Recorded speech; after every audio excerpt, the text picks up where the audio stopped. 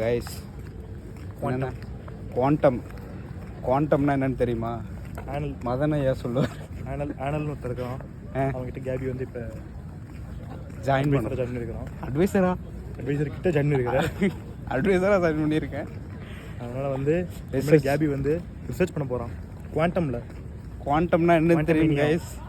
அப்படின்னா எனக்கு என்னன்னு தெரியாது. குட்டியாக இருக்கும், பல்லு கிடுவில் எடுக்கலாம், அந்த மாதிரி இருக்கும் ப்ரோ. அதெல்லாம் இல்லை ப்ரோ, அது வந்து ஆட்டம் ப்ரோ. ஆட்டம் இப்போ பல்லு வச்சிருப்பியா? இங்கே ஒருத்தவங்க இப்போ வ்ளாகை பார்த்தாலே பயப்படுறாங்க. வ்ளாகை பார்த்து பயப்படக்கூடிய ஒரு சிறுமி இங்கே இருக்கிறா, அதை பாருங்க. சிறுமி என்னன்னா அவங்க ஏன் பயப்படுறாங்கன்னா சொல்லுங்க ப்ரோ. அதை அவள் ஏன் பயப்படுறான்னா அவளுக்கு வந்து பல்லு உடைஞ்சிருக்குது. இல்லை ப்ரோ, அந்த இது செத்து போயிடுவாங்கல்ல, அந்த அவளுக்கு வந்து கேமரா பார்த்து செத்துருவாங்க பயப்படுறாங்க. இந்த முண்டாசி போட்டு பேசுங்களா சொல்லுங்கல்ல. கேமராவில் வந்து கேமரா வச்சோம்னா செத்துரும், ஃபோட்டோ எடுத்தா ஐஸ் ஒரு திண்டம் தான் அது. ஆனால் மாஸ்டர் படிச்சுட்டு இருக்கிறான்.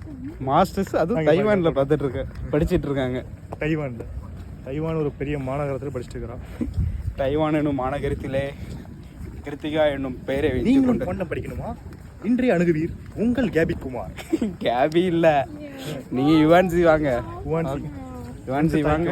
ஆனல் பாலக்கிட்ட நீங்களும் ஆனல் பாலம், நீங்களும் வ்ளாக்குள்ள வாங்க. Okay, bye bye. Okay, bye பாய்.